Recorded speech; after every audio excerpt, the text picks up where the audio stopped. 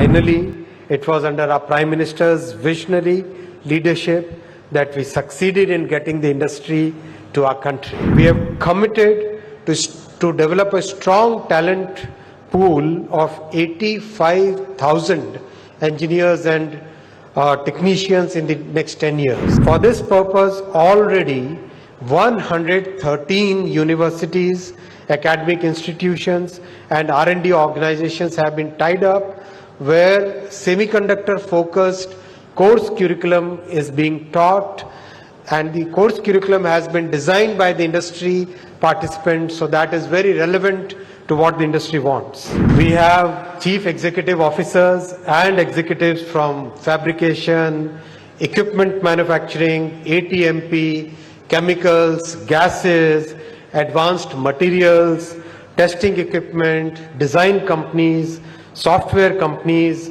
universities, and many state governments, as well as the banking representatives among us. All stakeholders vital for developing of a robust semiconductor ecosystem are today present under one roof. I extend a very warm welcome to each one of you. The enthusiastic participation of all the stakeholders across the semiconductor ecosystem is a strong indicator of the success of our Honorable Prime Minister's vision, his capability to execute, and the methodical way in which he has conducted this policy. Honorable Prime Minister Shri Narendra Modi ji's vision is to democratize access to technology. All the initiatives taken so far, whether it is Digital India Mission, the Telecom Mission, everything has brought technology in the hands of common citizens. The growth of semiconductor industry in our country will further deepen this vision. Our country first tried to start semiconductor industry about 60 years ago. This is because semiconductor is a foundational industry.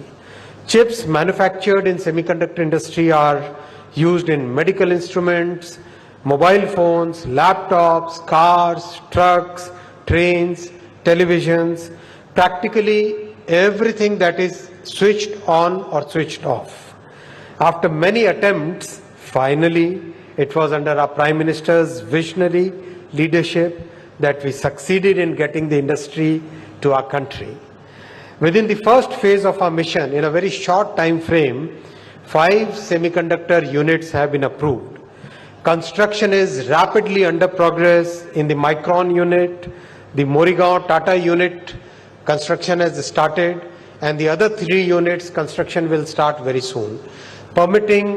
Getting all the permissions has happened in a record time frame, which is, if you benchmark it with the rest of the world, this is indeed a new record. Talent development, friends, has been a key part of the Semiconductor India program. We have committed to develop a strong talent pool of 85,000 engineers and technicians in the next 10 years. And we have delivered on a promise. For this purpose, already 113 universities, academic institutions and R&D organizations have been tied up where semiconductor focused course curriculum is being taught, and the course curriculum has been designed by the industry participants, so that is very relevant to what the industry wants. The industry participants are also playing a crucial role in developing human resources. We have LAM Research Semi-Verse program, which is now running across 74 universities, and it has already trained 2,600 students this year. The program is going to be scaled up in a massive way in the coming years. AMD has already inaugurated its first global design center in Bengaluru, which is having about 5,000 engineers, and the next phase will be bigger than this. Applied Materials has commissioned the first India Validation Center.